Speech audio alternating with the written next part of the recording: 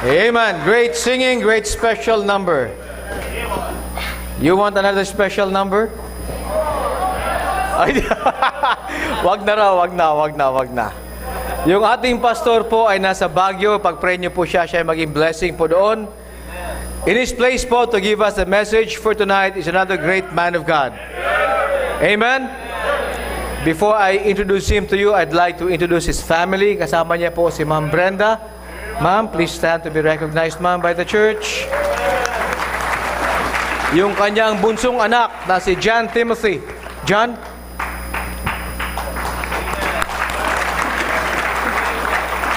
At yung kaibigan mo dyan, si Allen. Allen. Our preacher for tonight was a student in UP Los Baños, 1983. He's a graduate of Baptist Heritage Bible Seminary, 1997. Noong ako'y unang napunta sa San Pedro, galing po sa lumang CSI, siya po'y estudyante po ng school po ni Pastor Ed. Today, he is the pastor of Los Baños Bible Baptist Church. Please all stand as I call to our pulpit, Pastor Arnold Vallejo, sir.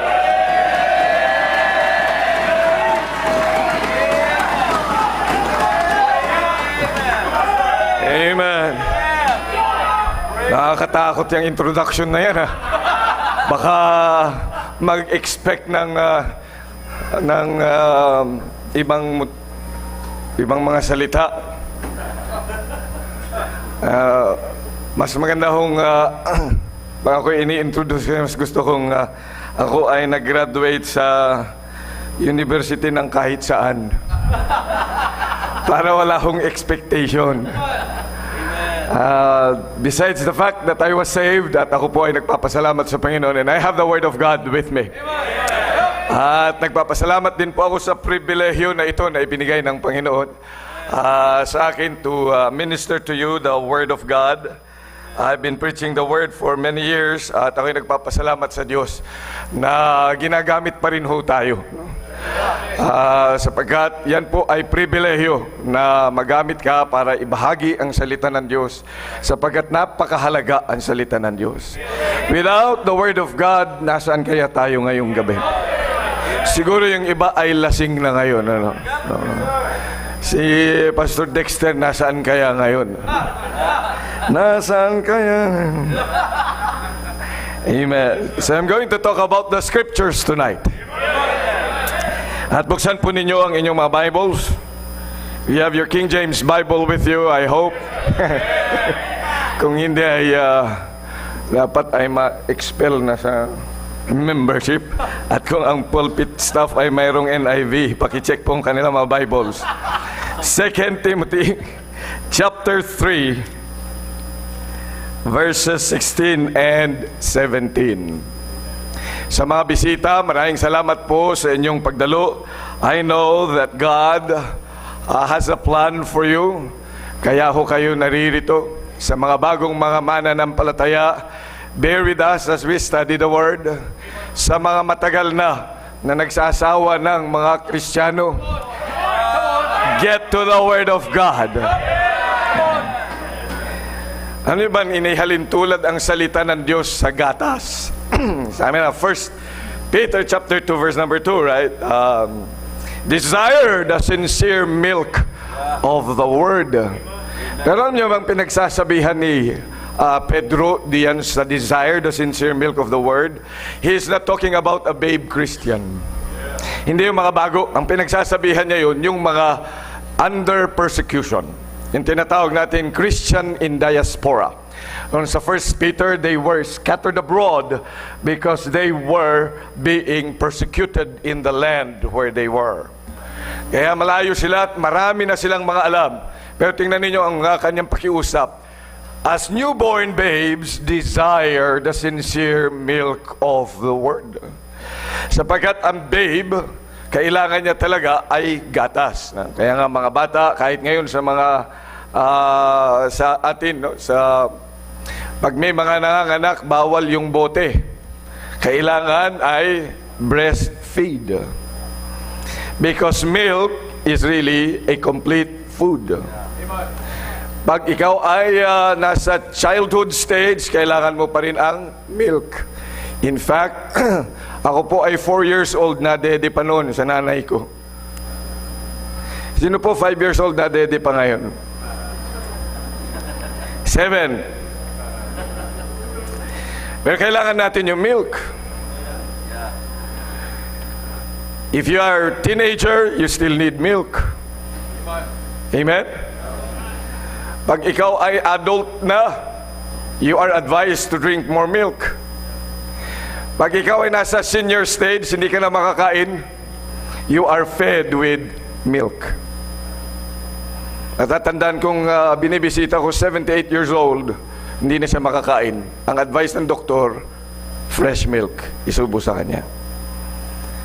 So hanggang sa kamatayan, they needed milk.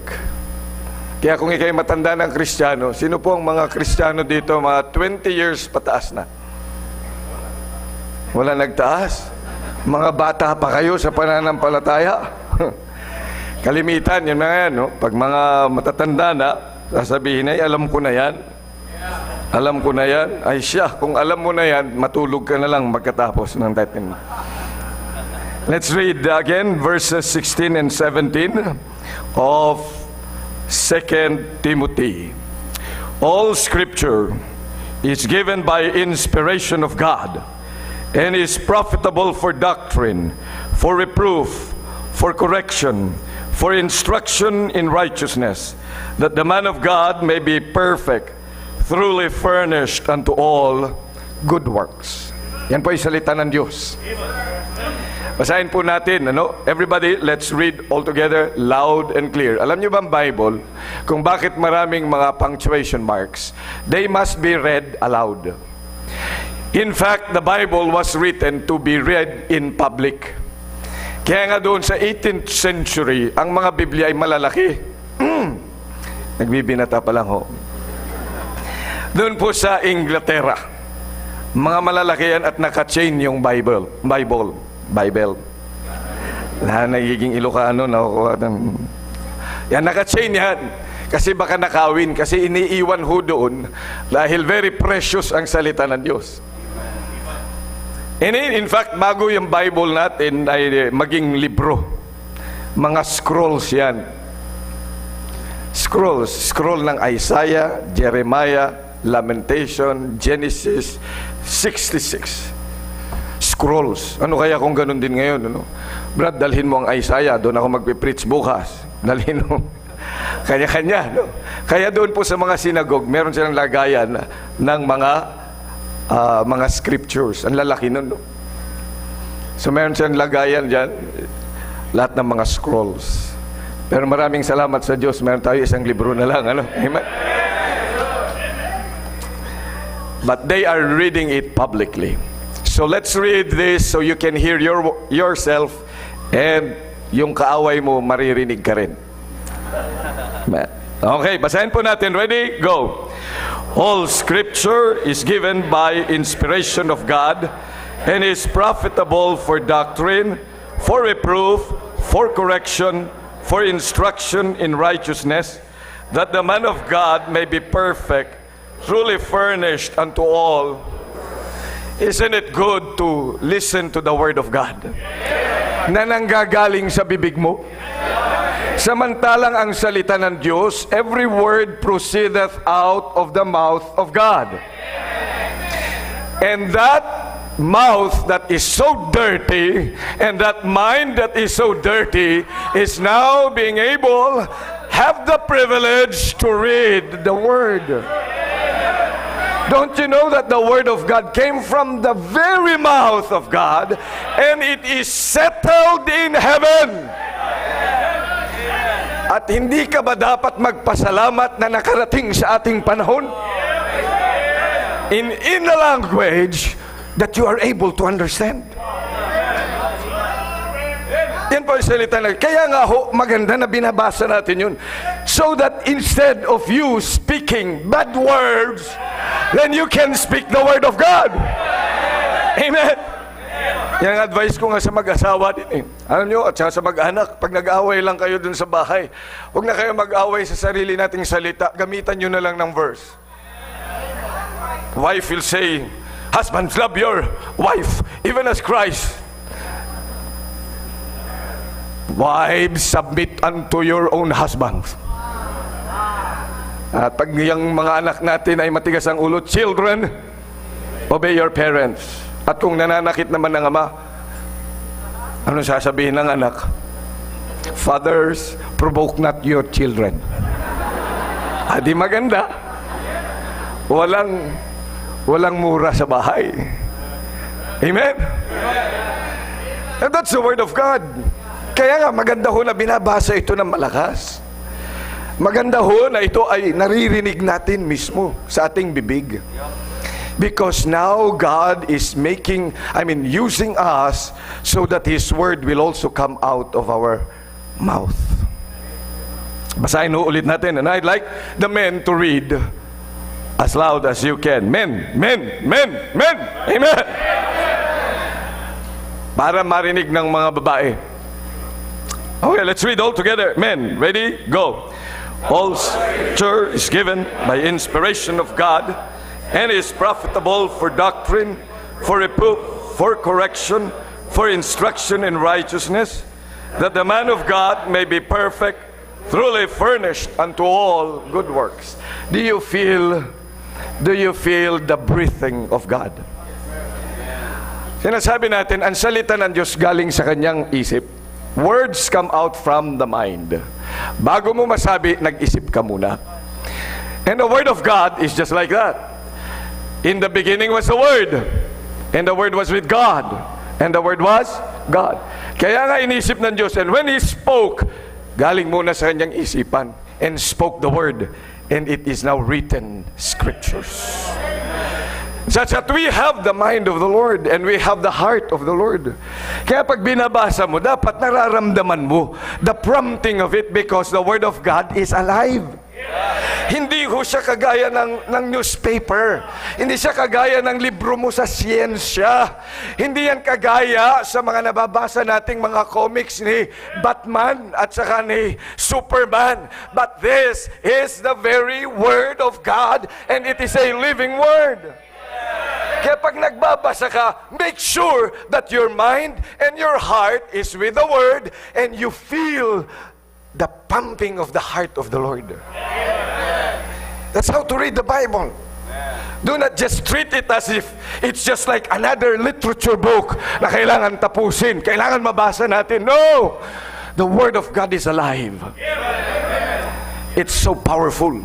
Shall we read that one more time? Everybody, ready? Go. All Scripture is given by inspiration of God and is profitable for doctrine, for reproof, for correction, for instruction in righteousness, that the man of God may be perfect, truly furnished unto all good works. Yung makita mo at maramdaman mo yung nais ng Diyos sa bawat mga mananampalataya, especially to His man. Na gusto niyang anak niya will be truly furnished unto all good works. Can you feel the heart of God? Yung concern niya sa'yo, yung concern niya sa bawat isa sa atin, that though we are sinners, and yet, being God, He said that the man of God may be perfect, truly furnished unto all good works. Kaya kung ikaw ay backslider, ewan ko na lang, if you read the Word of God and you still stay backslider. At kung ikaw yung nagkukunyari na Kristiyano, makabasa nga lang, makaupo nga lang, hindi na dyan. Lahat na lang. That if you read it, this is a powerful word. Tayo muna yung manalangin. Dakilang Diyos, maraming salamat po sa pagkakataon maipanalangin ang inyong salita. At ganun din po mabasa. At ganun din po ay maipangaral. Holy Spirit of God, you are the author of this word. Ikaw po ang higit na nakakaalam ang mga naisin mo ang inyong puso sa pamamagitan ng mga talatang ito. At iba pang talata at namin nga pong titingnan sa amin pong pag-aaral ng inyong salita. Inihiling ko po, Holy Spirit of God, write everything down deep inside our hearts. At kami nga po ay higit na makaunawa kung meron pong mga patay sa pananampalataya sa gabing ito'y buhayin po, Panginoon, sa pamamagitan ng inyong salita. Kung may mga nanlalamig, bigyan mo nga po ng pagkainit sa inyong salita, sa inyong nga pong naisin sa inyong buhay. At ang mga malalakas at ang mga masisigasig ay lalo pang maging masigasig, lalo pa, Panginoong Diyos, na ma-encourage sa pamamagitan ng inyong apong salita. Gamitin mo po ang pagkakataong ito, Panginoon, upang ang bawat isa sa amin, I mean every single person in this auditorium, would be fed with your word. Nagpunta po sila dito, Panginoong Diyos. Alam ko maraming mga problema sa kanila. May mga pressures sa kanilang buhay na iniwan sa kanilang bahay marahil sa trabaho. May mga estudyante marahil mga nagsisikap, marami pang mga gagawin. Subalit, nagpunta po sila dito upang ang inyong salita ay kanilang mapakinggan. I pray that you would not fail them, that they will get what they deserve and what you wanted them to know. Mangusap ka po sa aming kalagitnaan, Panginoon. Kung meron pong hindi paligtas dito, hinihiling ko na iligtas mo po. Kung meron, Panginoong Diyos, na hindi pa sumusunod sa tubig ng bautismo, siya nga po ay kausapin mo at sumunod sa tubig ng bautismo. Kung meron ditong tinatawag full-time sa gawain, ikaw nga po, Panginoon, ang magbigay sa kanya ng kaunawaan nang siya nga inyong tinatawag. Kung merong nabubuhay sa kasalanan at may mga bagay na hindi niya maiwanan sa kanyang buhay, O Holy Spirit of God, convict that heart. At siya nga po, Panginoon, ay lumapit sa inyo at iwanan niya ang kanya nga pong kasalanan at mabuhay ng tama. Kung meron, Panginoong Diyos, ang mga nanlalamig pa, initin mo po, Panginoon. Maraming salamat sa pagkakataong ito. Sa pangalan ni Jesus. Amen. Amen. Okay, please take your seats. Maraming salamat po. Ang atin pong teksto ay napakahalaga. If you open your, please keep opening your Bibles, and dyan po yan. As a sort of introduction, I'll be using this text as an introduction.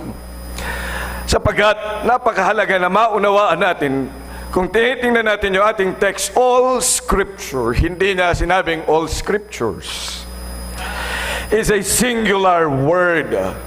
Sapagkat ang tinutukoy lang niya dito ay yung kasulatan na kinasihan ng Diyos. Maraming mga kasulatan na noon, mga kaibigan, kapatid. Marami na yung mga sulat. Kung kayo ay nag-aaral ng history, makikita natin na mayroon pang hindi lamang po Ecclesiastes, pero meron pang Ecclesiasticus.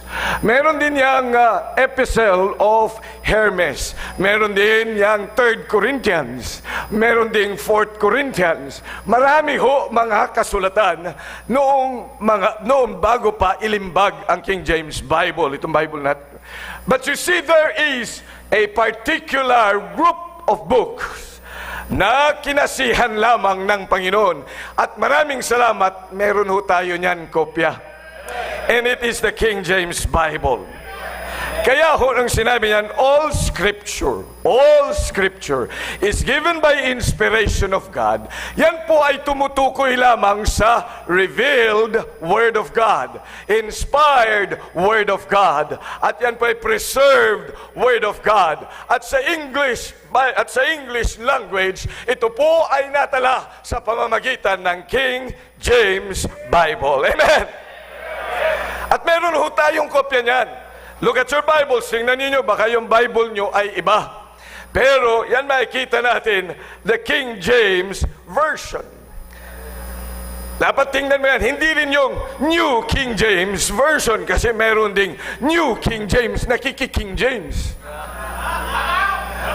Para lang siyang Kristiyano.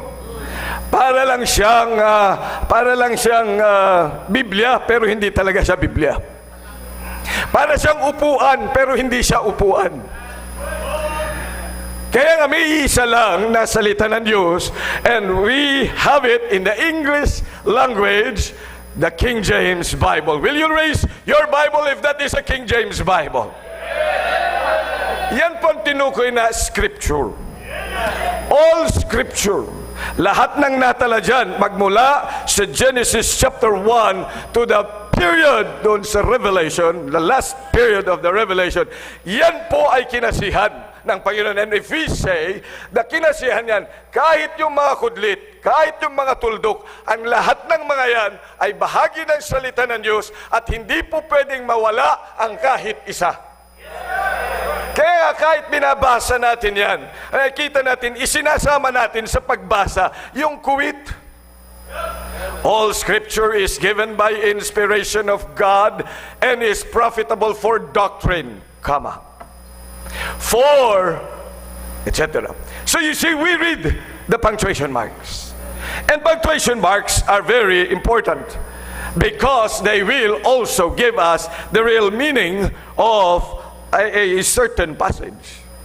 Kaya kapag tayo, kaya nga makikita niyo bilang mga anak ng Diyos, lahat ng mga yan ay mahahalaga. Kahit nga yung kuwit o yung kudlit ay napakahalaga. Lagi kong example yan when I talk about the Scriptures. Kasi kapag ayaw mo nang makasama ang asawa mo, mayroong statement. I don't want to see you go. I don't want to see you go. Exclamation point. Na-imagine nyo, I don't want to see you go. Ganun ang pagbabasa. Pero kung ayaw mo na siyang makita, anong gagawin mo? I don't want to see you, go. Diba, sir? Ano? If you don't want to see, at ayaw mo talaga siya, di lagyan mo lang ng kama. Kaya pag nagawa ka ng sulat sa misis mo, I don't want to see you, go. Kama lang yung difference, but it gave us another message. Kaya napahalaga yung kuwit, napakahalaga ang kudlit, na kung nailagay mo yan sa maling lugar, ay mali na nga. Kaya nga ang mga saksi ginagamit yan sa Luke, nung sinabi ng Panginoon, kasama doon sa cross of Calvary, may dalawang magnanakaw, tama? Ang sabi ng relihiyon, si Hestas at saka si Barabas. Pero wala akong katotohanan yan. Pero nasa kanan, sabi ng Panginoon sa kanya, I say unto you today, thou shalt be with me in paradise. Sabi ng saksi, alam nyo, ang kaligtasan talaga, hindi pa naman ngayon. Are you saved? Sino ang ligtas na ngayon? Wow, amen. Pero mali kayo. Ang kaligtasan hindi naman ngayon, sa susunod pa. Look, basahin nyo yung sa Lucas, yung kasama ng Panginoon. Sabi ng Panginoon sa kanya, I say unto you today, thou shalt be with me in paradise. Sinasabi ko sa inyo ngayon, sinasabi ko sa iyo ngayong araw na ito, makakasama kita sa sangkalangitan. Oh, sabi ko na, may nag-amen na eh. So, hindi pa ngayon ang salvation. Kasi ang nakalagay doon, I say unto you, today, sinasabi ko sa iyo, may kama, thou shalt be with me in paradise. But if you look your Bible, carefully, your King James Bible, hindi po nakalagay ang kama sa today. It's somewhere else. I say unto you, today thou shalt be with me in paradise. Buti na lang may King James Bible para yung mga manloloko ay hindi makapanloko, para yung nagbabasa ay makaunawa, because all Scripture is given by inspiration of God. Kaya mga period niyan, huwag mong lalalangin. Kaya mga parenthetical clauses, they are so important and you should not take them out, because all Scripture is given by inspiration of God. Amen? All Scripture, it is written. Kaya Scripture, written. Script, this is the script. We have the script. Ang script dapat hindi binabago. Kahit na magaling kang artista, hindi po pwede na adlib ka ng adlib. Marami mga nag-a-adlib, kaya humahaba ang eksena. Kaya nga nagkakamali ang eksena. Bakit maraming adlib? Mas marami silang nasasabi na hindi plinano. Kaya nga kahit sa mga preaching, it's always advisable that you write it down. Kasi kapag marami kang mga adlib, mamaya you will come from point to point to point to another point at hindi mo na matapos yung point mo. Kaya yung tao lugaw na. Anong pinagsasabi ni pastor? Nasaan na tayo? Nasaan na? Anong ibig niyan sabihin? Bakit nga? From point to point to point. Basta pag may naisip, may another point. Kaya paglabas ng mga miyembro, anong nakuha mo? Basta ang daming point yun. Nasa Bible lahat yun. Kaya nga, walang growth. You see, it is written, scriptures. Do you have the scripture with you? This is given by God Himself. You see, that Bible that we have is a gift from above. Naghahanap ka ng regalo pag birthday mo? May Bible ka. Bigay ng Diyos yan. Kasi pastor, may Bible na ako pero gusto ko ng cash. We need cash. Sa bagay nga naman, kailangan mo ang cash. But if you have the Bible, if you have the gift from above, you have your Bible, then you should be happy because you have the Word of God. At di kayo magpasalamat na nandito ka sa simbahan na nangangaral ng salita ng Diyos. It is given by God. Kapag ito'y binigay ng Diyos, hindi ka nuloloko, hindi ka lulukuhin kahit kailan. Naalala ko nung bata-bata pa kami. Birthday nung kapatid ko. Galit kami sa kanya. Pag galit ka pala, ang dami mong, gusto mong magbigay ng gift. Pero gusto mo siyang asarin. Kaya kumuha kami ng butas na brief. Yung nasa basurahang tapos binalot namin ng napakaganda. Tapos kinanta namin siya ng birthday. Pambihira. Para siyang na-move. Tuwan-tuwa naman siyang tanggapin yung regalo. Pero nung binuksan niya, alam niyo na, ikaw kaya makakuha nun, Brad. Ano sasabihin mo? Biglang tinapon lahat. Siyempre expected yun, pero kami tuwan-tuwa. Kasi nang asar lang naman kami. Ganyan magbigay ang kaaway. Kaya wag kang tatanggap ng regalo sa kaaway. Pero makinig ka maigi sa akin, ang Biblia, regalo ng Diyos sa iyo, sa akin. Kaya kumusta ang Bible mo? Do you have a copy of the Bible? Meron kang refrigerator? Meron kang cellphone? Meron kang lahat? Ang ganda pa ng stockings mo ngayon. Pero kumusta naman? May Biblia ka ba? Do you have a Bible that is a gift from above? Regalo ho ng Diyos yan sa iyo. And everything that God gives is a good gift. At nakikita natin anong dahilan kung bakit nga ibinigay ito ng Panginoon. Sabi niya, profitable. It's a profitable thing for reproof, for instruction, for correction, for instruction in righteousness, that the man of God may be perfect, truly furnished unto all good works. It's for our own good. Ang salita ng Diyos ay para sa atin upang tayo po ay magamit ng Panginoon. It will be profitable. Gusto mong ganan siya? Gusto mong galan siya? Amen?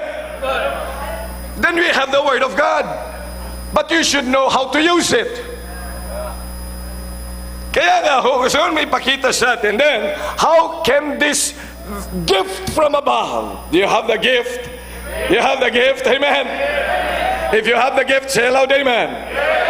At kung ikaw ay nakapantalon, ikaw ay tumayo at magsabi na, taas mo ang Bible mo at sabihin mo, amen. Ilan lang pala nakapantalon. Kung ikaw ay nakapantalon, taas mo Bible mo, tumayo ka at magsabi ng malakas na amen.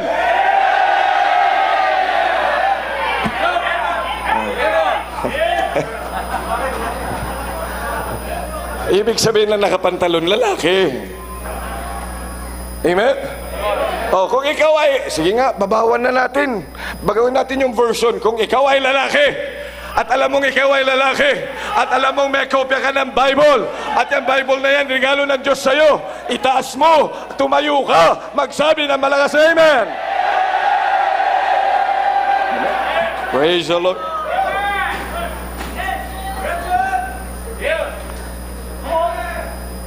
Make sure that the Bible that you have will really be profitable to you.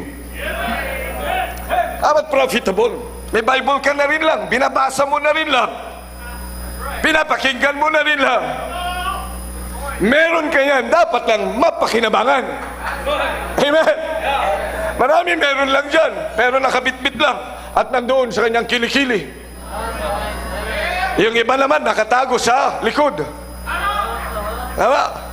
Yung iba nasa bulsa kasi ang liit ng Bible niya. Kalalaki ng tao, ang liit ng Bible. Pero ang laki ng kanyang cellphone, yung kanyang iPad. Meron ka na rin lang yan, dapat mapakinabangan. Dapat magamit ng tama. Amen? So it will be profitable for each one of us. So I'll give you 3 major points. 3 lang ho, mabilis lang ho tayo, depende sa amen. Pag gustong mabilis, amen, malalakas. Pag medyo pag gusto nyo pa ng mahaba, tigilan yung kay amen ninyo.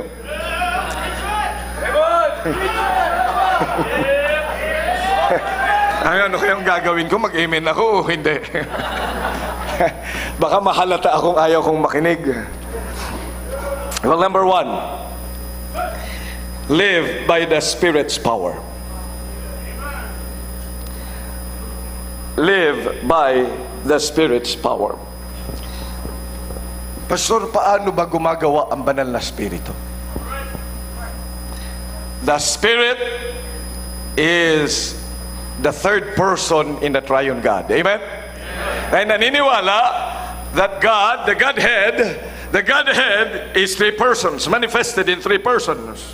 We have one God in 3, manifested in 3 persons. The Father, the Son, and the Holy Ghost. Amen?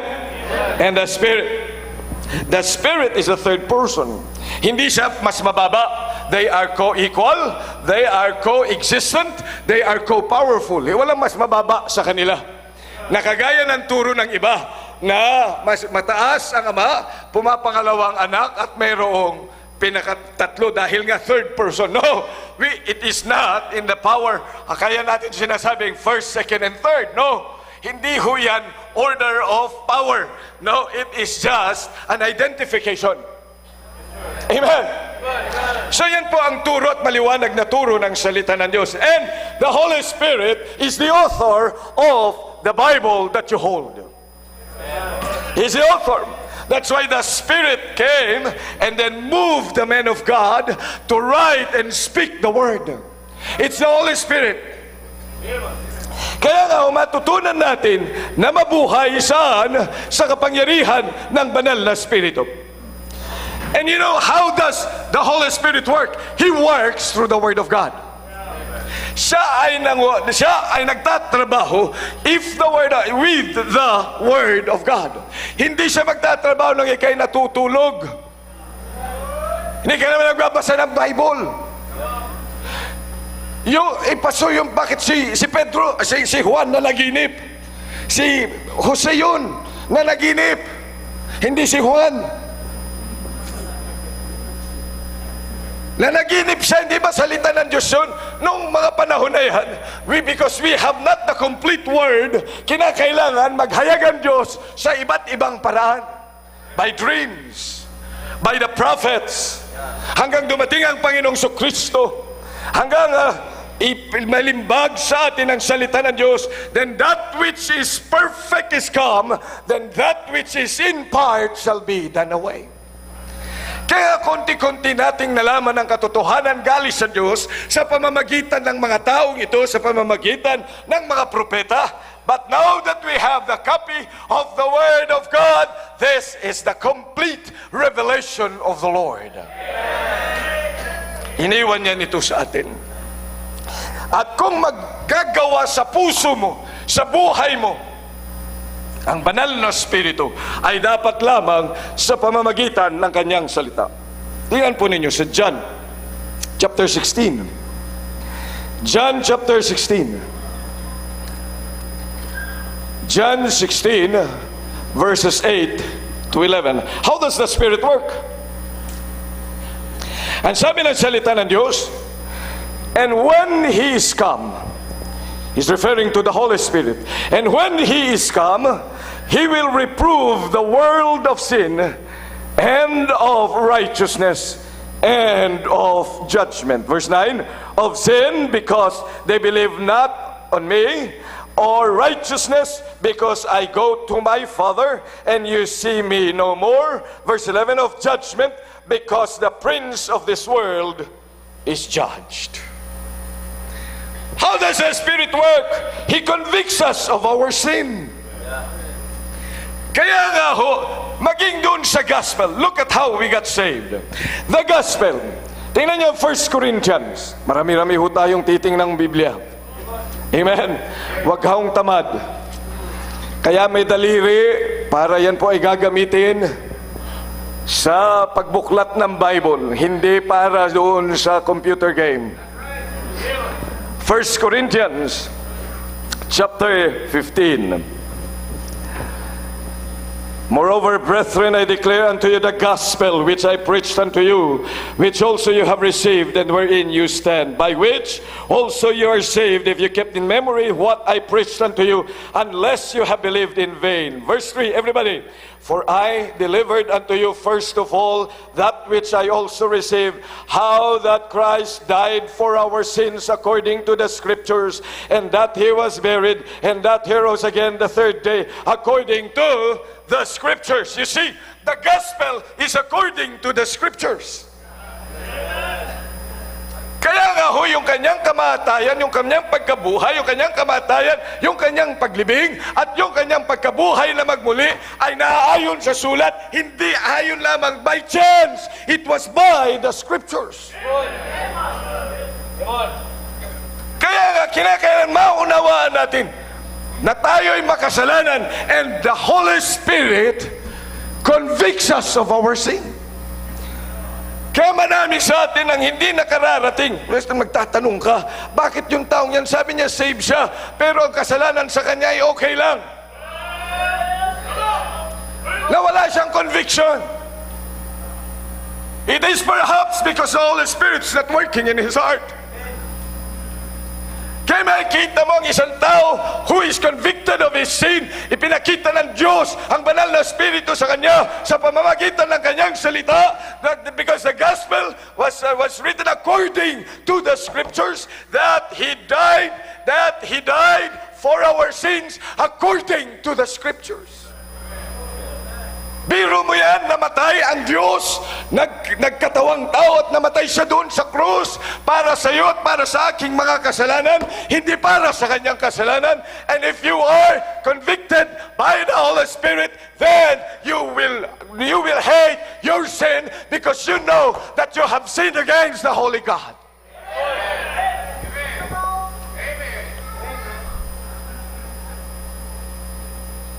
Nakalulungkot, pumunta sa simbahan. Natatamaan ka lang salita ng Diyos. You are convicted by the Holy Spirit. The fact that you are not a perfect person. Sino po maperfecto na ho dito? Hindi na nagkakasala. Pakitaas ang kamay. Pero bakit hindi ka natatamaan ng salita ng Diyos?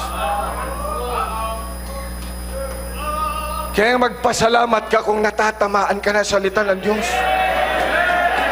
Hindi ka pinipersonal ng pastor. Hindi ka pinipersonal ng taong nagsasalita. At huwag mong sasabihin, sinong nagsumbong sa kanila? Ang aking kasalanan, wala. It's the Word of God. And the Word of God convicts us because the Holy Spirit is now working in your heart. Kaya nga, every time you come to church and you are convicted of your sin, thank God because the Holy Spirit is working. Kaya nga kapag nag-invite na sa altar ang pastor, di ba ang invitation ng pastor kung ikay kinausap ng banal na spirito? You come to the altar and you talk it out with God in the altar. Ang tanong ko, bakit nandiyan ka pa rin? Ibig sabihin, hindi ka kinausap ng Diyos. Tapos sasabihin mo ba, hindi naman dahil pumunta doon, kinausap na talaga ng Diyos. Ang liwanag naman ng tao, ang liwanag naman ng invitation ng pastor. Kung ikaw ay kinausap ng banal na spirito, amen. Liwanag naman, kung ikaw, ba't mo siya i-judge na hindi siya kinausap ng Diyos? Huwag mong ipapasa ang kasalanan mo sa iba. Kasalanan mo yan. Kaya nga kung ikaw ay naapektuhan ng salita ng Diyos and you have been convicted of your sin, the Holy Spirit is working in your heart.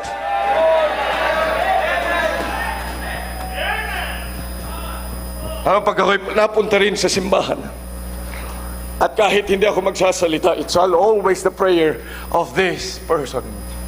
Palagi kong panalayon sa Panginoon, kausapin mo naman ako. At kahit nagpe-prepare ng mensahe ko, minsan, ay kalimitan ay akong nauunang nasasapok ng Diyos. Ako nape-pressure sapagkat kinakausap ng Panginoon and He convicts me of my sin. Kaya nga ho, makikita natin dito na ang kanyang salita lamang, sa pamamagitan ng kanyang salita, we are supposed to be convicted. Yeah. Look at the gospel. He died for our sins according to scriptures. Kaibigan, nakita mo na ba ang sarili mo na makasalanan sa harapan ng Diyos? Hindi makasalanan sa harapan ng iba. Kung minsan we compare ourselves with others. Hindi yung ikaw ay nagkasala sa iba, kundi ikaw ay nagkasala sa Diyos. Nakikita mo dapat yan. Kaya nga ho, ikaw ay magsisisi ng iyong kasalanan sapagkat nakita mo na sa harapan ng Diyos, ikaw nagkasala, hindi sa harapan ng iyong kapwa, kundi sa Diyos. See, that's the Lord working in our heart. Siya nangungusap sa iyo. Kaya nga ho, kaya kung sa invitation nga, ang sinasabi natin, bow down your head. Huwag kayong patingin-tingin. Ikaw ang mag-decide at ang Diyos. Ay, ang iba kasi, ay, napunta rin yung crush ko, punta na ako doon. Andun yung aking sinisinta, napunta na rin.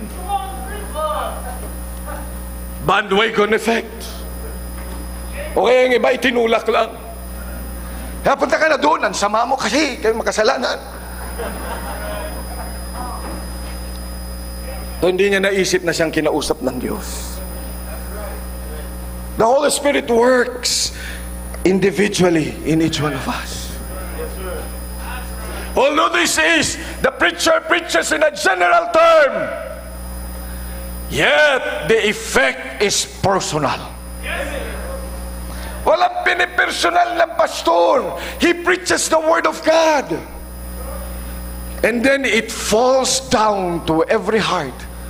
And whatever that heart needs, ang sabi ng Panginoon, I will put my words in them, and it shall accomplish the things that I have purposed. Kaya kung minsan tinitingnan natin, kahit nga doon sa church, sabi ko, paano ito? Magsusuko ng buhay ito. Magpo-full time. Ano kung iisipin lang, sabi ko, parang ayaw ko ito eh. Walang gagawing matino ito eh. Kaya lang, kinausap siya ng Diyos eh. Kaya hindi naman ako ang Diyos, pastor lang naman ako. Nag-a-administer nito. Matapos may nagpapalam, pastor, kakanta po ako sa choir. Ha? Kakanta ka sa choir? Totoo? Mag-join po ako sa ganitong ministry. Sabi ko, ayusin mo muna buhay mo. Bagay magkalat pa dito. Pero makikita niyo mga kapatid, nagtatagal naman sila sa gawain. You know why? Because it's the Holy Spirit that work in their heart. Marami ang mga hindi nagtatagal sa gawain dahil tinawag sila ng kanilang puso. Feel ko lang, pastor ba? Feel ko ho kasing tinatawag ako ng Diyos. Ay siya, bukas makalawa, maligo ka, hindi mo na feel.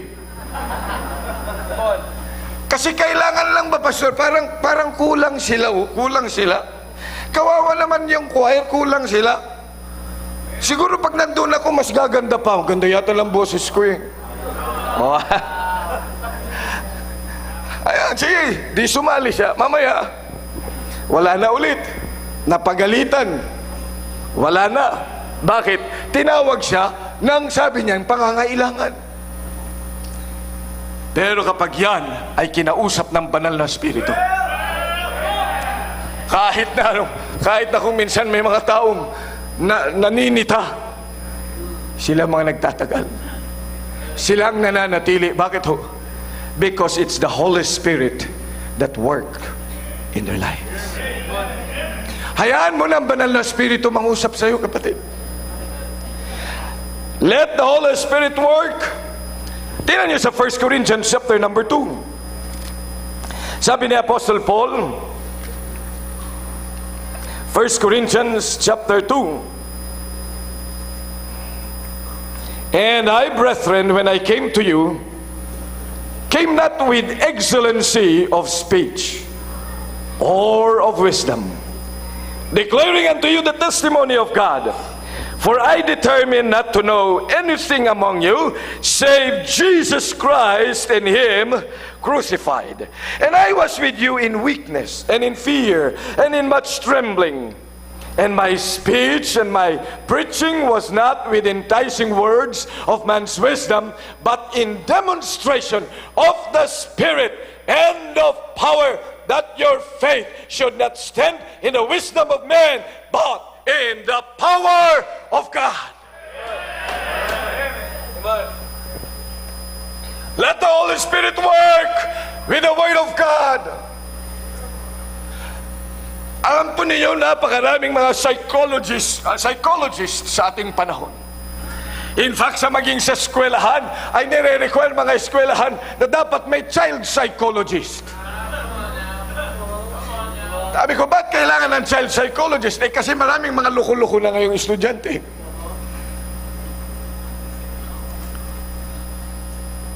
Minsan ako ay naghanap ng mga courses, and I was also tempted to send my teachers, our teachers there. Kaya naisip-isip ko, sino ba ang may gawa ng tao? Sino ba ang mayroong control sa isip at puso ng tao? Hindi ba Diyos? Hindi ba siya nagbigay ng kanyang salita para gamitin natin? Ba't kinakailangan, hindi dahil sa gagastos, ba't kinakailangan ng child psychology while in fact you have the Word of God and the Holy Spirit to work with you? Ba't ang mga taong ito, sabi ko, itong mga taong yan, yung mga luko-luko yan, pero binago ng salita ng Diyos. Yun pa kayang estudyante ko, hindi papaguhin ng Diyos. Pagkatapos i-require ang Christian school ng child psychologist kasi kailangan nila. Sabi ko, no way, Jose. Kahit child psychologist yan, na walang alam sa salita ng Diyos, I will not let them handle my kids. Why? Because we have already the power of God, and the power of God is His Word. Ituro lang natin sa kanila ang kanyang salita at ang Panginoong Jesucristo, at may turo mo sa kanila, and the power of the Holy Spirit will change their life. Kung binago nitong mamamatay tao kagaya ni Apostle Paul, yung batang paslit pa kaya na loko-loko? May nag-enroll nga sa amin noon eh. Kausap ko pala, andun yung magulang. Mamaya, andun na siya sa ilalim. At tinatadyakan na yung mga upuan.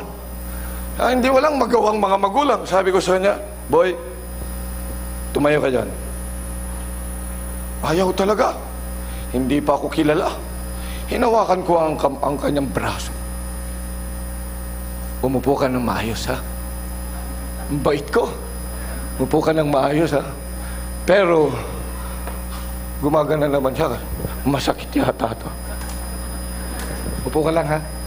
Nag-uusap kami ng nanay mo, ha? Umupo naman.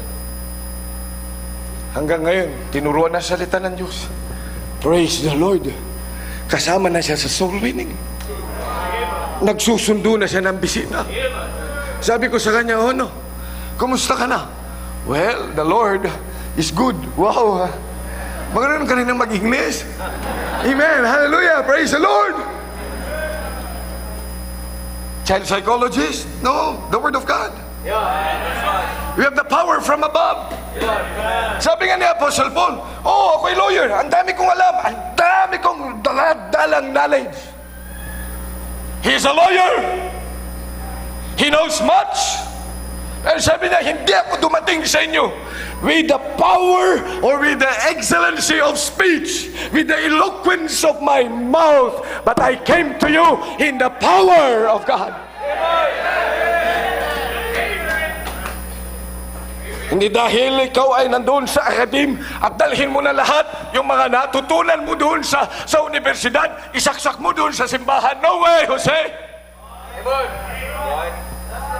Yan din pong natutunan ko for many years. Galing sa university, ibinigay sa akin ang paaralan noon, Christian Bible Baptist Academy, and I started rearranging it, everything. Sabi ko, hindi ganito na pag-aralan ko. Ni-rambol-rambol ko. Maya, sabi, bakit ang gulo yata? Eh, paano ni-rambol-rambol mo ang inayos na ng Diyos? Yabang mo kasi. And then, so I started taking them down. Alisin na yan. Balik na yun. Aralin ko na, ano ba yung sinasabi kasi dito? Ano ba ang sinasabi? So, inaral ko kung anong meron. It took me 2 years to study all those. 2 years. Every day. Diligent study. Para maintindihan ko what a Christian school is. At sabi ko, kaya nga kapag meron silang gustong iligdagdag, sabi ko, oops, wala yan, yan. Tanggalin dyan. Ito ang tama. Ito ang tama. Hindi marami kasi kuminsan sa atin iniisip natin dahil nakapag-aral tayo. Dahil ang dami nating alam. Ito na yung ating gagawin. Hey, yabang mo! Yung pinag-aralan mo marahil for years, na ilang mga taon, na yan ay inaral din tapos isinaksak sa isipan mo. But the Word of God is the wisdom from above. It is settled in heaven. Kahit ikaw lang pinakamatalino, ikaw ang summa cum laude. Magna cum laude ng lahat ng paaralan. Lahat ng universidad. Universidad ng Pilipinas, universidad ng kung ano-ano pa, universidad ng Harvard, universidad saan, doon sa ibang lugar, and you have all the learnings. There is nothing compared to the Word of God. This is the power of God. Tingnan nyo, bakit ang daming doktor sa Pilipinas? Ang daming sakit. Ba't ang daming doktor sa university? PhD. Dr. Jose Rizal, Dr. Wakwak, Dr. Ang daming doktor, ano? Sabi ko, bakit nga pala ang daming doktor at ang requirement bago ka magturo ng university, doktor? Dapat may PhD ka. PhD, panghabang buhay na dalaga. PhD. Bakit kinakailan may PhD yan? Dapat maraming alam. Marami bang PhD dito? Oh. Pareho-pareho lang pala sa mga simbahang napuntahan ko ng mga Baptist. Maraming PhD. Tingnan nyo, sabi ko, bakit ang daming PhD dito? Ba't ang daming doktor? Kasi maraming mga walang alam. Pero bakit hanggang ngayon, PhD ng PhD, ang dami pa rin mga walang alam.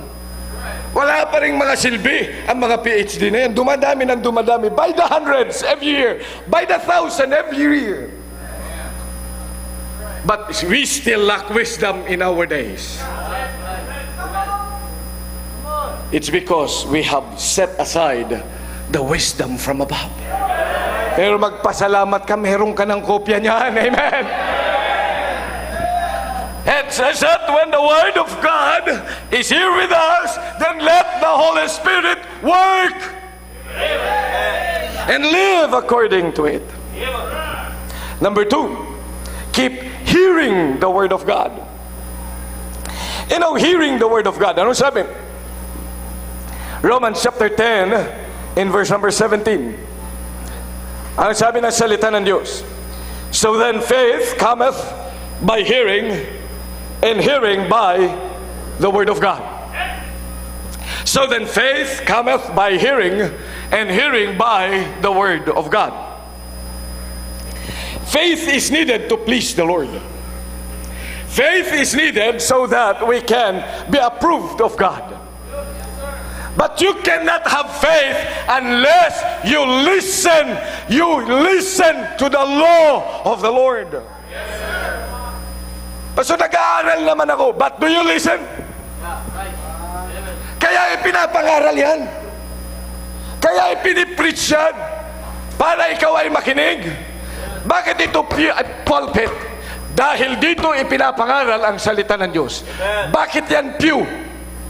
Dahil dyan nakaupo para makinig ng salita ng Diyos.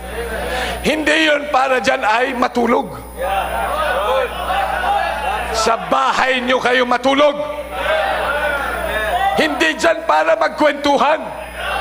Dyan ay umupo para makinig. Dahil ang pakikinig ng salita ng Diyos, yun ang nagbibigay ng pananampalataya. Kaya dapat matuto ka, yung tenga ay bukas sa salita ng Diyos. Hindi bukas yung bibig mo pag nakikinig ka ba, nakanganga? Kung ikaw ba nakikinig, nagsasalita rin? No! Bukas ito, sarado ang bibig. Bukas ang mata, hindi sarado ang mata. Nakaupo ng ayos, hindi nakaganyan. Wala ka sa bahay nyo, wala ka sa... Umupo ng ayos. Amen. Makinig. Handa na makinig ng salita ng Diyos. Because that's the only way by which faith comes. For by the hearing of the word, that faith does come. Diyan mabibuild up ang pananampalataya.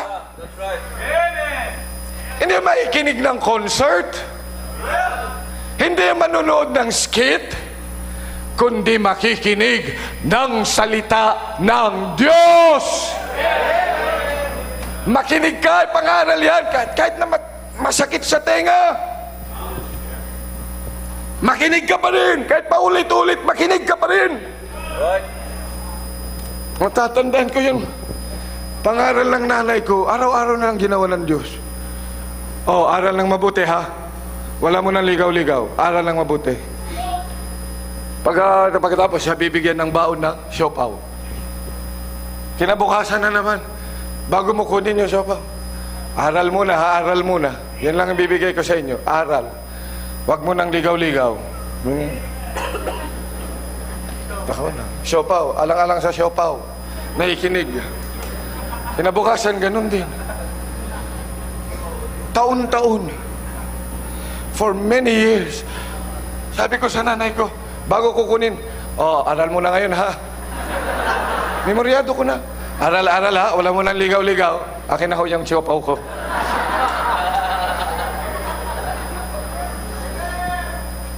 Aba, ay grade 3, may nakitang maputi.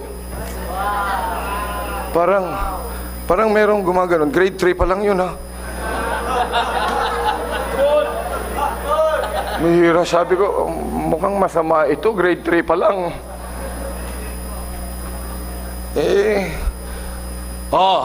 Kinabukasan, aral-aral ha, walang ligaw-ligaw. Ay di wala. High school. Meron ulit iba pa. Bakit ba kasi may mata pa tayo eh? Hindi, gumawa ako ng love letter. At tapos ay bumili ako ng roses. Yan ginagawa nyo, no? Tapos ay may chocolate. Pagkatapos ay kinabukasan, nakahanda na yun. Nasa gamit, nasa bag. Hindi makikita ng nanay. Oh, aral-aral ha. Nawakan ko yung nasa school na. Naririnig ko yung boses ng nanay ko. Sakit.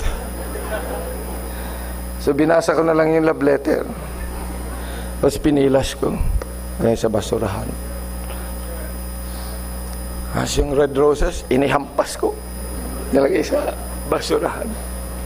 Binuksan ko yung chocolate, kinain ko na. Maraming salamat naman sa Diyos dahil sa pangaral na yun, araw-araw, na naririnig ko, hindi nagsawa. Abay, nakagraduate din ng high school. May honor pa. Pagkatapos graduate din ng college. At maraming salamat sa Diyos. Napakinggan ko yun. Kaya nga, noong nasa tamang edad na, ay ibinigay sa akin ang pinakamagandang babae sa balat ng mundo. At nagkabunga kami ng 3 maayos na pag-iisip ng mga bata. Kasi araw-araw, nakikinig ako. Memoryado ko na nga, pati yung accent. Pag galit, alam mo yung accent ng Ilocana? Ano? Ay, wala ginagawa na. Anyamat na na, teka, gagawin naman.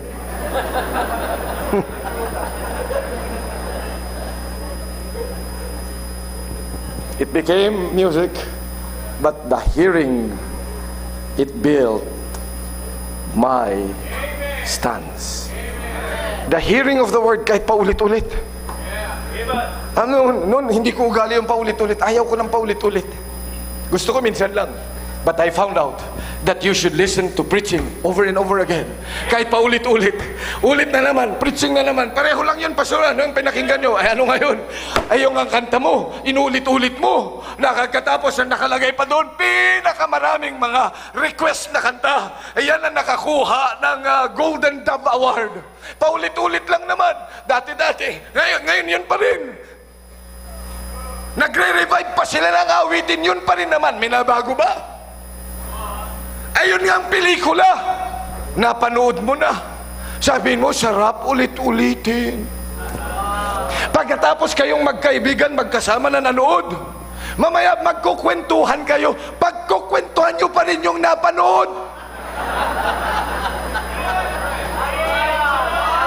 Pagkatapos yun, sarap talaga manood. O siya, sige, bili tayo ng CD. Bibili pa ng CD. Manonood ulit. May nagbago ba? Wala.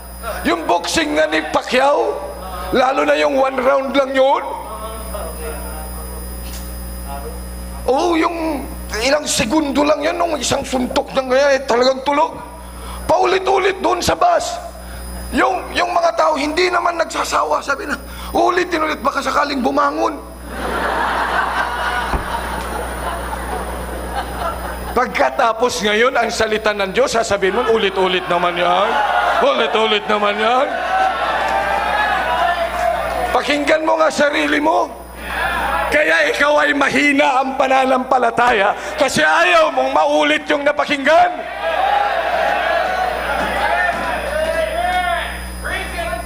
Sa totoo lang, napakaraming mga pagkakataon, paulit-ulit talaga naririnig ko. Eh bakit yung joke kong minsan ni Pastor? Gas-gas na yan, natawa ka pa. Amen? O pagkatapos, gagayahin mo pa. Ikukwento mo pa yan sa iba. Pero ang salita ng Diyos, ayaw mong maulit. Pagkatapos ay manunod ka pa ng pelikula, sana maulit muli. O, alam nyo yun Eh, kaya bilang anak ng Diyos, keep hearing the Word of God. Pumunta ka sa simbahan where you can really hear and listen to the Word of God preached. At umupo ka doon at mag-expect ka na kausapin ka ng Diyos. Kahit yan ay ulit na, ilang beses na, gas-gas na, pakinggan mo pa rin. Because that's the only way that your faith is going to be built. No other way. Kung hindi mapagtitibay ang iyong pananampalataya sa preaching, wala lang ibang pag-asa pa para mapatibay ang iyong pananampalataya. Wala na pag-asa. Wala na ring iba. Kahit na ano pang gawin mo, if you do not hear the word of God, then you cannot have faith. For faith cometh by hearing, and hearing by the word of God. No more. Wala na ho. Walang ibang paraan. And how can you be a proof of God? And how can you be able to please God without faith? For without faith, it is impossible to please Him. If you are a Christian, are you saved? Kung ligtas ka, please say aloud, amen. Kung nakapantalon ka at ligtas ka, tumayo ka at magsabi ng malakas na amen. O, alam nyo na yung mga hindi tumayo na nakapantalon, hindi yan save, bigyan ho silang kaligtasan mamaya. Tingnan po ninyo. Kung ikaw ay ligtas, nais mo na bigyan ng kaluguran ang Diyos. It will be your desire to please God. But how can you please God without faith? For without faith, it is impossible. For without faith, it is impossible to please the Lord. Imposible, kapatid.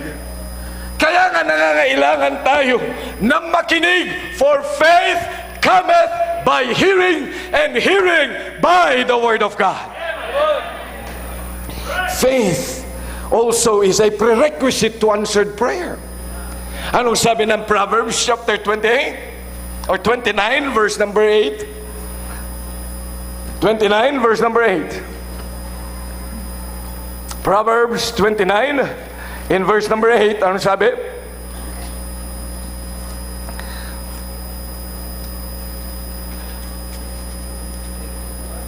He that turneth away his ear from hearing the law.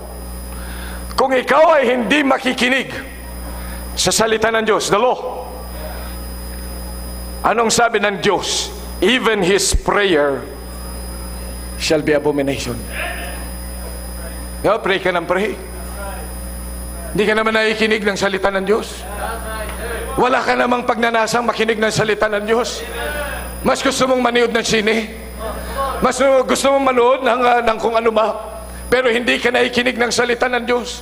Ang bilis mong mawalan ng gana. Ang bilis mo na mahirapan sa makikinig ng salita ng Diyos. Nakakadalawang oras yung pelikula, pero mukhang mukha pa rin ang mata mo. Nanonood ka ng telebisyon, pero bukang-buka, kahit napatalastas, hindi mo yan pinapalampas, memoryado mo pa. Tuwan-tuwa kang mapanood, ganun pa rin at ganun din naman yung patalastas. Pero pag nag-preach si pastor at medyo humaba yung preaching, sakit naman ito, tagal naman nun, kailan ba yun matatapos? Pagkatapos, pag mag-pray ka, mangiusap ka sa Diyos, sasabihin, Panginoon, bigay mo po ito, pero umiiyak ka, at sinasabi, bigay mo na ngayon na, please. And you expect God to listen to you while you do not listen to Him? Ako naman po ay nananalangin, Pastor, oo nga, pero nakikinig ka ba ng salita ng Diyos? Binibigyan mo ba ng pagkakataon ng sarili nung makinig ng salita ng Diyos? It is a prerequisite to answered prayer. Hearing also burns the heart. Tingnan niyo sa Luke chapter 24. Luke chapter 24, verse number 32. Luke chapter 24, in verse number 32. Sabi ng mga mananampalataya doon, nakipag-usap ang Panginoon, hindi nila alam na si Kristo ang kausap nila. And they said one to another, did not our heart burn within us while He talked with us by the way, and while He opened to us the Scriptures. Kaya alam mo kung nanlalamig ka sa salita ng Diyos, malamig, makinig ka pa rin.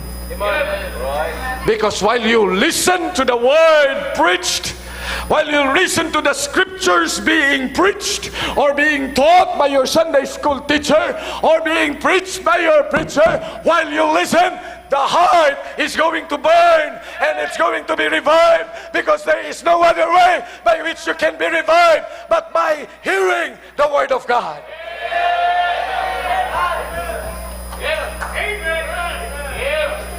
Then it will become profitable to you. And number 3, how is the Word of God become profitable to us? Study the Scriptures. 2 Timothy chapter 2 verse number 15, ang sabi ng salita ng Diyos, study to show thyself approved unto God, a workman that needeth not to be ashamed, rightly dividing the word of truth. Aral-aral, hindi pag may time, kundi aral-aral lagi ng salita ng Diyos. Amen. You open your Bible at home, you open your Bible at school, at work, when there is a break, you open your Bible wherever you go and study it and set a time to study the Word of God. Ikaw, estudyante, may oras ka mag-aral ng exam, but do you have a time for the Word of God? Ikaw na nagtatrabaho, you have all the time to study how you're going to please your boss, what you're going to do at your work, but do you have a time to study the Word of God? You just don't study the Word. Sa mga preachers, I always tell them, sa mga full-time workers, pag kayo nagbibigay ng devotion, do not just study the Word of God because you are going to give a devotion. You study the Word of God for your own perusal. Dapat nag-aaral ka para sa iyo, hindi para lagi sa iba, kundi ikaw ay mag-aaral din para sa iyo. Naku, kailangan ko na mag-aaral ng Bible, magtuturo pala ako bukas. Sunday school teacher, ang tanong ko sa iyo, kailan ka lang nag-aaral ng iyong Bible? Dahil magtuturo ka na? Makinig ka maigi sa akin. That's a great, great loophole that you should not be doing as a Sunday school teacher. Dapat nag-aaral ka ng sarili mo para sa iyo. Para ikaw ay turuan ng Diyos. Para sabihin ng Diyos kung anong dapat mong gawin. Study it. At alam niyo bang ibig sabihin ng study? Study is not just studying and reading. Study means diligence. To be diligent. Yung bang ikaw ay hindi naiinip. Kahit mahirap, kahit hindi mo pa alam, kahit hindi mo maintindihan, you just be diligent. Kaya nung sinabi ni Apostle Paul, study to show thyself approved unto God. Sinasabi niyan, kahit mahirap, kahit di mo pa naintindihan, you just go on reading and studying the Word of God, searching the Word of God. Search the Scriptures, for in them you have eternal life, and they are they which testify of me. Thus saith the Lord. Search, and be diligent in your search. Pag sinabing study is to be diligent. To study is to diligently search the Scripture, to compare Scriptures with Scriptures. Yes, sir. Kaya nga babasahin mo anong sinabi dyan, ano naman sinabi dito. You compare Scriptures. Kaya kung minsan, di ba, may napapakinggan tayo marahil na preaching. Bakit yung preaching noon ni Pastor ganito? Ba't iba din ito? Have you had time just like that? Kasi nga, ikino-compare niya yung Scriptures. Hindi dahil sa nagkamali ang pastor, but you see, when you study the Scriptures, you ought to know the background of it. Kaya nga maging diligent. Kung ikaw ay diligent sa iyong trabaho, pinagpapala ka sa trabaho. Amen? Kung ikaw ay diligent sa Word of God, then He said God is going to approve of you. If you are a child of God, are you saved? Then you must want the approval of God. And the approval of God is study to show thyself approved unto God. Keep studying, searching. Kaya nga kapag nandito ka sa bahay-sambahan ng Diyos, dapat may ballpen ka. Bakit dun sa paaralan nyo, math, science, English, meron kang notebook? Ba't pagsalita na ng Diyos, wala man? Naisip mo na yun? Pagpasukan, umiiyak ka kapag hindi ka pa nabibilhan ng notebook ng English, ng science, ng math. Ba't pag pumunta ka doon sa church, wala ka naman lang ballpen, wala ka man lang papel, pagsusulatan ng salita ng Diyos? Aray ko. Sorry ha kung nakaapak ako, pero yun ang totoo. Sino sa atin ang nagsusulat? Ano pag ikay nag-aaral ng Bible? Ano kang sulat? Nakikita niyo ang Bible ng pastor niyo? Kita ko lang Bible ng pastor niyo. Ang bihira, ang daming sulat. Hindi lang kapag may ipipreach, kundi kahit habang yan ay nakikinig. At nakikita mo mga pastor, marami talaga sulat yan. Kaya nga, nagiging madumi ang Bible na nag-aaral. Amen? Tanda ng malinis na puso. Amen? Dahil madumi ang Bible. Ay, yung mga malilinis, siguro hindi naaral. Kung kang linis pa rin yan, walang kasulat-sulat, kaganda, parang bago pa rin yung Bible, hindi binabasa yung Bible niya. So, ibig sabihin, madumi ang kanyang puso. Amen? Oh, sabi nga ni Dr. Ed, sige, mamaya gugurihin ko yan lahat-lahat mo. Aba, ay di dalawa na ang madumi dyan. Yung Bible mo madumi, utak mo madumi, dagdagan ko ng isa, puso mo madumi. Pero may tatlo na ang madumi sa'yo. The Trinity of dirtiness. Kaya bilang anak ng Diyos, dapat na mag-aaral, maging masikap. Amen? Magbasa, mag-aaral, magsulat. Kinakausap ka ng Diyos, hindi mo maintindihan, bilugan mo. Ipag-pray mo sa Diyos. Panginoon, sana mag-preach si pastor tungkol dito. And I have been doing that with many years in my Christian life. Pag may mga tanong ako, hindi ko makausap si pastor. Oo, kayo hindi nyo nakakausap si pastor. Alam nyo, si Pastor Ed, kung nag-uusap man kami, ang usapan namin, trabaho lang. Hindi ako nakakapagsumbong sa kanya kung anong nararamdaman ko. Wala na yung lugar yun. Dahil ang lugar, kailangan magtrabaho para sa gawain ng Diyos. Nung nagsuko ako ng buhay, hindi para ako ay para alagaan, kundi mag-aalaga ng tao. Kaya yan, tinatanong lang, yan ang usapan namin. Hindi ko masabi sa kanya, Pastor, pwede hubang ito ang inyong i-preach? No, I have not said that for many years. But I have many questions. Binibilugan ko yan. Lord, kailan bang pastor magpipreach niyan? And then the next Sunday, yun ang kanyang ipipreach. Sabi ko, wow, praise the Lord. Kaya kung marami mga Kristiyano nakikinig lang nasa simbahan, nag-aaral ng salita ng Diyos, wala na dapat napunta dun sa office para nahingi pa ng counsel. Bakit? Yung counsel ba niya at sa ipipreach ito magkaiba? Sige, ganito na lang, Brad. Huwag mo lang ipagsasabi sa iba, ha? Ito ang gawin natin. Kasi pinipreach ko ganito, hindi po pwedeng mag-asawa, pero okay lang sa iyo. Basta, huwag mo na lang sasabihin na sinabi ko. Makinig ka maigi sa akin. The office of a pastor and the word of God are one and the same thing. Amen. Pastor din po ako. Kaya nga, kung kung ikaw man maghihingi ng advice, it's always that I go back to my preaching. Sapagkat yung aking sasabihin sa pulpito, ayun din naman ang sasabihin ko doon sa opisina. Ano bang pinagkaiba? Amen? Ang pinagkaiba. Kaya nga aral ka. May tanong ka, sabihin mo sa Diyos, Panginoon, hindi ko talaga alam ang gagawin ko dito. Kailangan ko ng pastoral counsel. Pero gusto ko yung hindi niya nalalaman. Pero kinakaunselan niya ako, and I will take it that that is coming from you.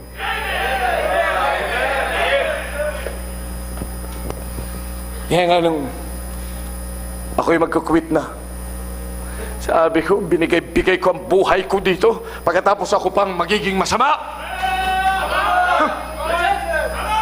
Asa ako mahihirapan dito? Wala naman akong ginimang masama sa kanila. Kukwit na ako. This is my last Sunday. Bihis ako. Hindi ko sinasabi sa misis, hindi ko sinasabi sa kahit kanino. Basta alam ng Diyos. Ito na ang huli. Akyat ko sa simbahang yan. Kaya umupo ako dun sa harap. Kasi huli naman na eh. Umupo ako dyan sa harap. Dyan din, Brad.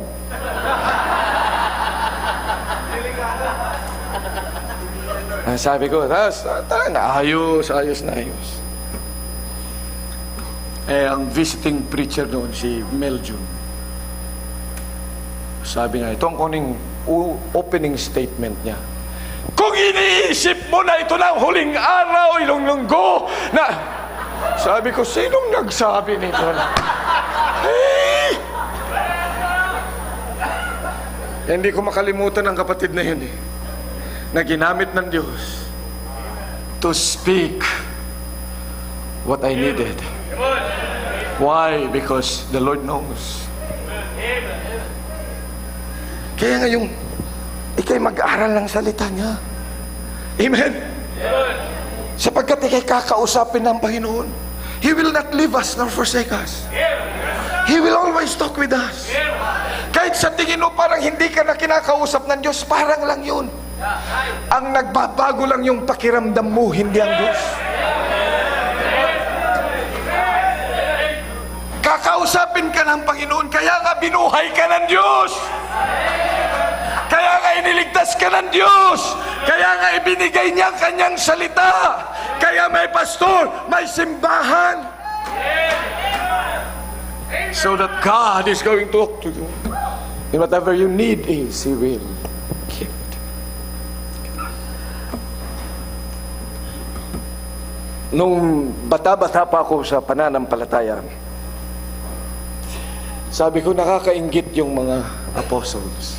Bakit? Nakita nila mukha ng Panginoon eh. Di ba yung kasama nila? Kapag nakita mong Panginoon, parang ang sarap nga naman. Kaya nga yung iba nagyayabang. May mga lalapit sa Panginoon. Hindi pwede yung mga batang yan. Diyan. Ayaw nila. Nang may babae na lumalapit sa Panginoon, sabi nila, Panginoon, palisin natin to. Pambirang ingay-ingay ng mga babaeng yan. Pagkatapos silang usap-usap, sabi nila, sino kaya sa atin ang greatest sa kingdom? Sino kayang uupo sa kanan at saka sa kaliwa? Pinag-uusapan nila yun eh.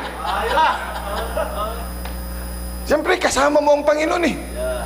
Nakita nila. Nakasama nila ang Panginoon. Nung bumabagyo, nandun sila sa dagat. Sabi nila, Panginoon, ba't kayo natutulog dyan? Carest thou that we perish? Ano sabi ng Panginoon? Kayo naman, you little fit, pakahina. Ay, hangin, tumigil ka. Pinatigil, pambihira, nagtinginan siya. Kaya ng Diyos yun, kaya ng Panginoon yun. Pambihira. Nung may sakit yung kanyang biyanan ni Pedro, hindi siya makabili ng medical kasi wala pa noong medical. Anong ginawa niya? Panginoon, may sakit. Pumunta lang ang Panginoon doon, hinawakan sa kamay, pagkatapos gumaling na. Tapos maraming mga nagugutom. Magpapakain, sabi ng Panginoon, pakainin niyo yung mga yan, 5,000. Sabi niya, saan kami kukuha? 2 tinapay, 2 isda at 5 tinapay lang meron dito. Baon pa nung bata, kukuhanin pa natin. Bakit ba kasi itong mga matatandang ito hindi man nagbaon? Hindi ba nila alam na 3 araw yung preaching ministry na yun ng Panginoon? Hindi din sila naghanda. Sabi niya siya, paupin niyo. Akin na yung isda, akin na yung tinapay. Pinanalangin ng Panginoon. Lahat sila nakakain. Amen? Busog na busog. May tira pa. Sabi na, pambihira, kung ito ang hari ko, hindi talaga ako magugutom, hindi magkakasakit. Walang problema. Kahit na umalis tayo sa trabaho natin, di ba tayo nahihirapan na mga mangisda? Oh, si John, si Peter, at saka yung kanyang kapatid na si James, di ba mangingisdang mga yun? Naku, kasama natin ang Panginoon eh. Ang problema yung isdang-isdang yan. Pera, nung sinisingil sila ng BIR, ano sabi ng Panginoon kay Pedro? Pedro, punta ka doon sa dagat. Doon sa, kumuha ka ng tilapia. Oh, buksan mo yung bibig nun. May pambayad tayo doon. Pumunta din naman si Pedro. Kumuha ng isda. Pero alam ko talaga tilapia yun eh. Dahil ang mga tilapia sa Pilipinas galing sa Israel. Okay. Ayon dinala ni Imelda dito sa Pilipinas. At nung tiningnan niya, talagang may pera.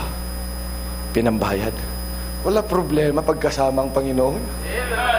Oh, iisip pa ba ako nung kakainin namin, andyan ang Panginoon? Iisip pa ba ako kung magkakasakit ako, andyan naman ang magpapagaling? Amen? Pag may problema ako, kapag mayroong bagyo, kapag may lindol, andyan naman ang Panginoon. Pahihintuin lang niya yan. Kaya sarap ang kasama ang Panginoon. Kaya nung iniwan nila, ang kanilang buhay, ang kanilang mga hanap buhay, they were happy. Kaya nga nung paakyat na siya, galing nung siya'y muling mabuhay, ang sabi niya, will you now, at this time, restore the kingdom of Israel? At ikaw maghari. Kami naman yung mga lipones, kami yung mga mga nandun sa gitna, kami yung mga tinatanong, kami yung mga counselors na right, counselors na left. Magtatatag mo na ba yung iyong kaharian? Ikaw na maghahari dito. Excited sila. Kasi kasama nila ang Panginoon. Ay sabi ko, ngayon, wala naman ang Panginoon.